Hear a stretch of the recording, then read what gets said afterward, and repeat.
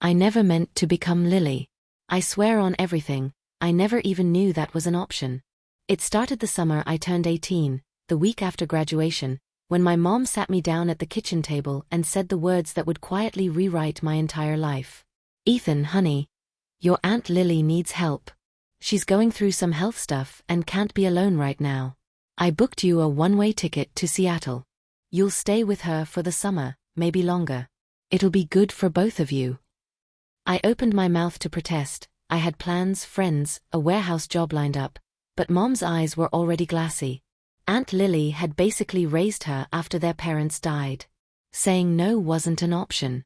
So 3 days later I was on a plane with one duffel bag and zero clue that I was flying straight into the softest, pinkest, most irreversible trap of my life. Aunt Lily met me at baggage claim looking like a 1950s pinup who'd won the genetic lottery twice. She was 38 but could pass for 28, long platinum blonde hair in perfect waves, tiny waist, curves that made people stare, and the kind of soft, glowing skin you only see in skincare ads. She wore a cream sundress that hugged every inch and white kitten heels that clicked across the airport floor like a countdown. She pulled me into a hug that smelled like vanilla and gardenias and whispered against my ear, "I've been waiting for you, sweet girl." I laughed awkwardly. "It's Ethan, Aunt Lil."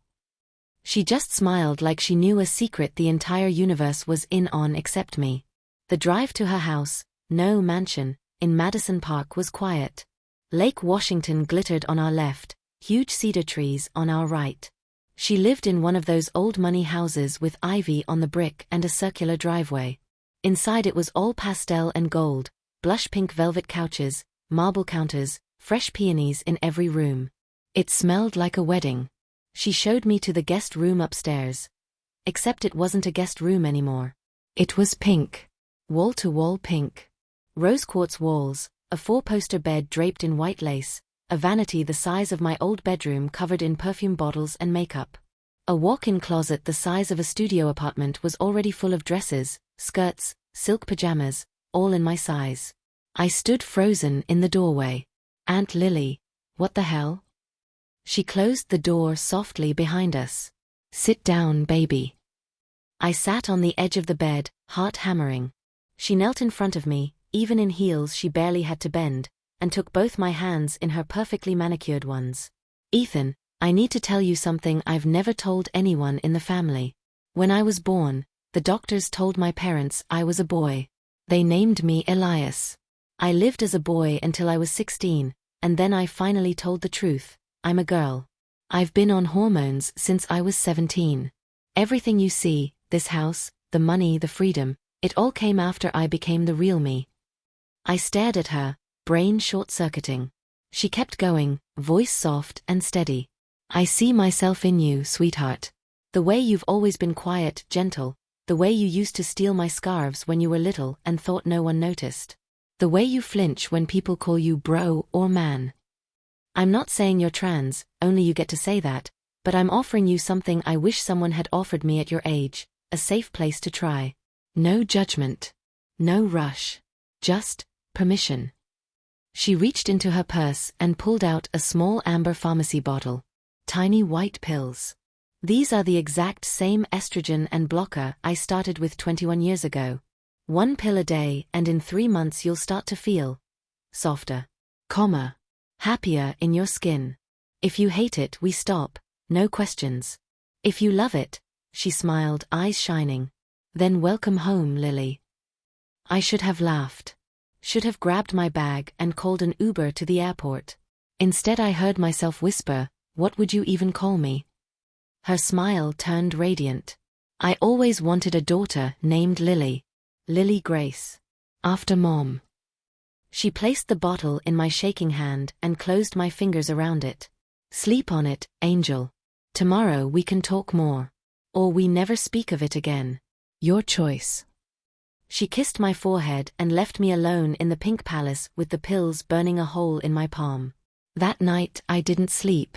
I sat on the balcony in one of her silk robe sets, baby blue, felt like water, and stared at the moon on the lake.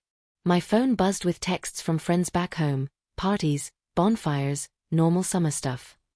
I ignored them all.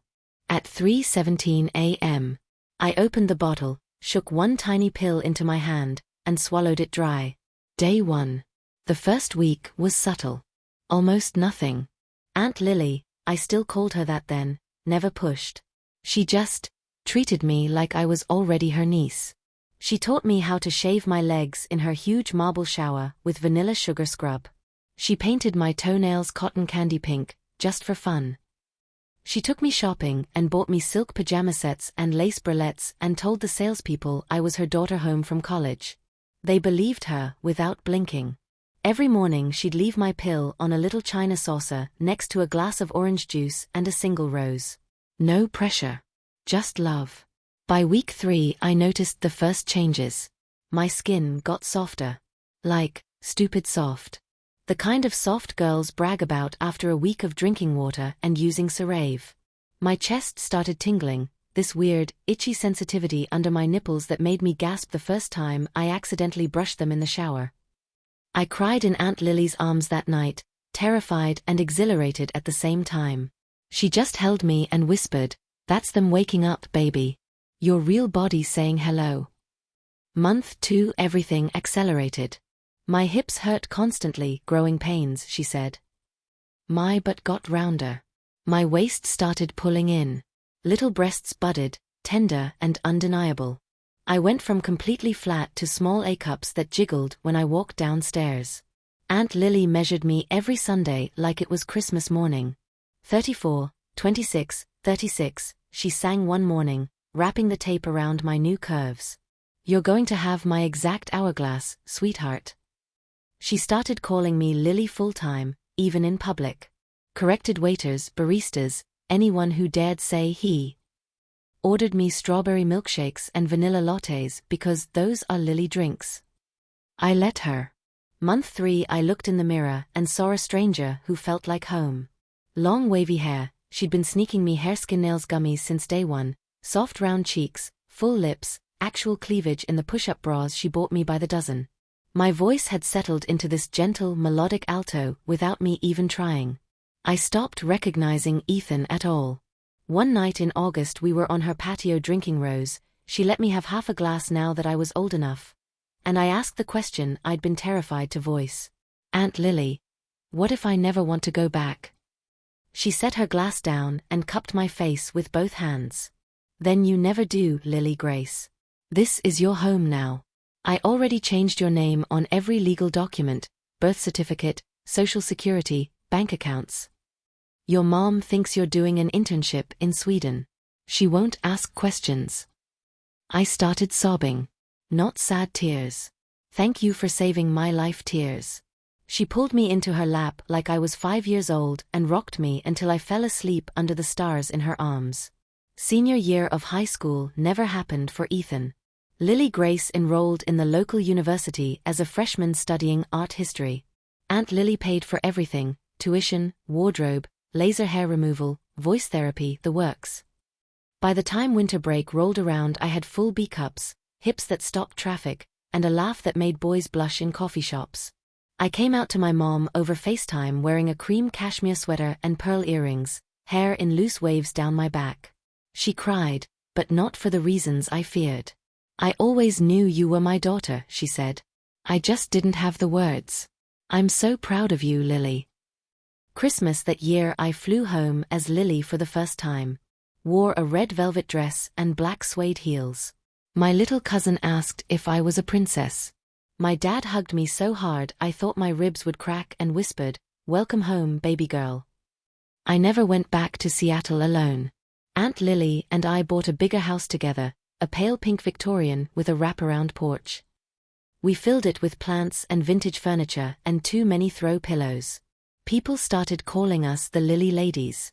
Twin blondes in sundresses and heels, always holding hands, always laughing at private jokes. Sometimes late at night we'll sit on the window seat in matching silk pajamas and she'll brush my hair, 100 strokes, just like she taught me, and I'll cry because I'm so grateful. I'm 21 now. I have a boyfriend who thinks I'm the most beautiful girl in the world. He doesn't know about Ethan and never will. I'm studying fashion design. I have a little white dog named Peony and a walk-in closet that would make Instagram influencers weep. And every single morning I still take that tiny white pill with orange juice and a rose on a china saucer. Because Aunt Lily didn't turn me into her perfect soft girl self. She just helped me find her. And now when people ask how we're related, I smile and say, she's my fairy godmother. And I'm the daughter the universe always meant for her to have. The end.